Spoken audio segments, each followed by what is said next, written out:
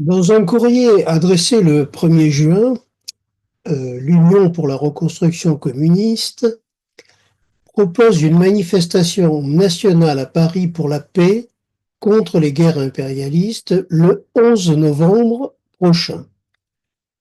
Le sujet est trop sérieux pour que nous n'y attachions pas toute l'attention qu'il mérite. L'analyse de la question de l'impérialisme est en effet centrale, s'agissant de l'état du développement du capitalisme à l'échelle mondiale et de ses contradictions.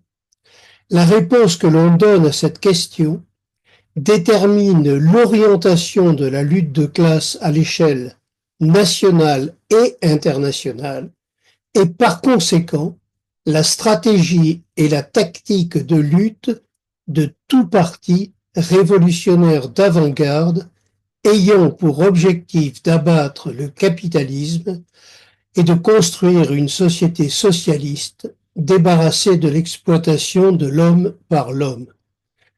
Le Parti révolutionnaire communiste consacre une place importante à la question de l'impérialisme et la traduit par des initiatives structurantes, que ce soit lors de son bureau national du 13 février 2016, consacré à cette question, comme à son initiative nationale du 23 mars 2024 à ce sujet.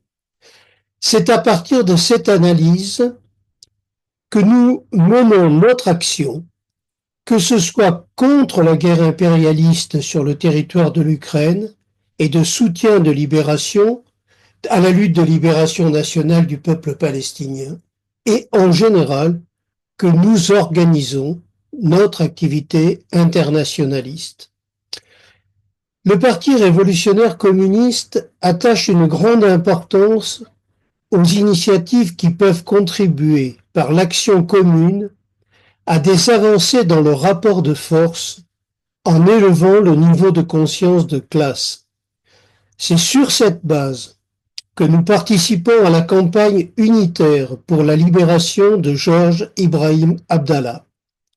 Notre conception de l'unité d'action des communistes, nous l'avons clairement formulée dans une déclaration du 10 novembre 2024 intitulée « Avancer dans le rassemblement des communistes pour des changements révolutionnaires ».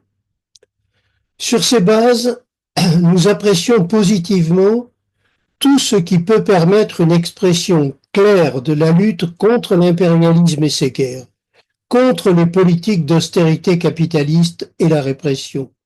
Cela demande que s'éclaircisse le contenu d'une initiative pour la paix et contre la guerre.